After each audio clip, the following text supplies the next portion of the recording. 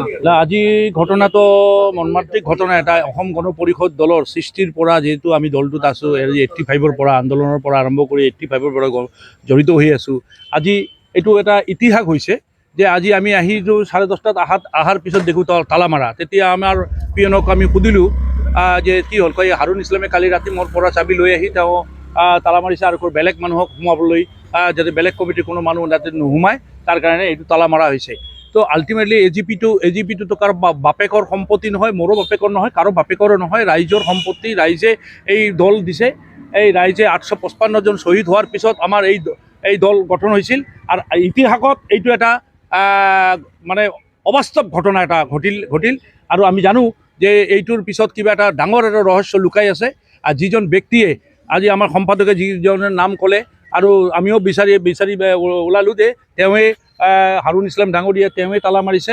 আৰু উচিত তদন্ত হ'ব লাগে।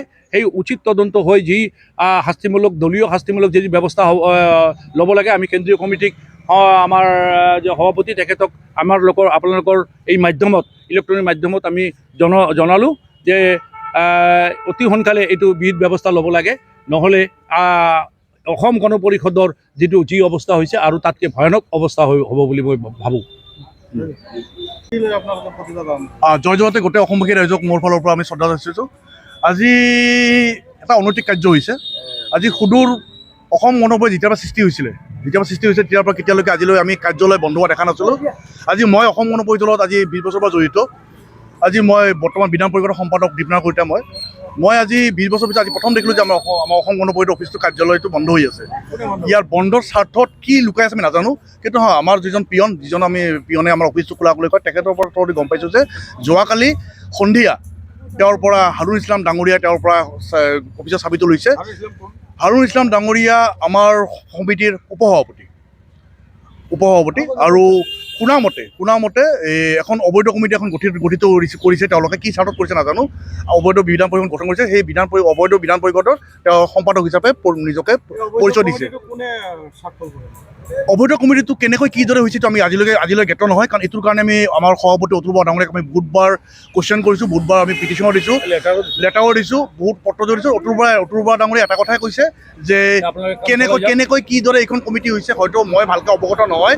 কিন্তু যিহেতু আপোনালোকৰ কাৰ্যকাল 2027লৈকে আছে, আপোনালোকে 2027লৈকে আপোনালোকৰ যিখিনি কাৰ্যকাল আমি চলাই যাব চাওঁ, আৰু সেই হিচাপে আমি সুচাৰুৰূপে আমাৰ কাম কাজ চলাই ৰাখিছোঁ। ইয়াৰ উদ্যত কি আছে, ইয়াৰ পিছফালে কি ঘটনা আছে, কি ষড়যন্ত্ৰ আছে, সেইটো এতিয়ালৈকে আমি অৱগত হোৱা নাই। কিন্তু ইয়াত উচিত তদন্ত বিচাৰিছোঁ। উচিত তদন্ত আমাক লাগিবই। আৰু ইয়াৰ কাৰণে আমাৰ জিলা সভাপতিও হয়তো দায়ী হ'ব পাৰে, নাজানো, ভালকৈ অৱগত নহয়।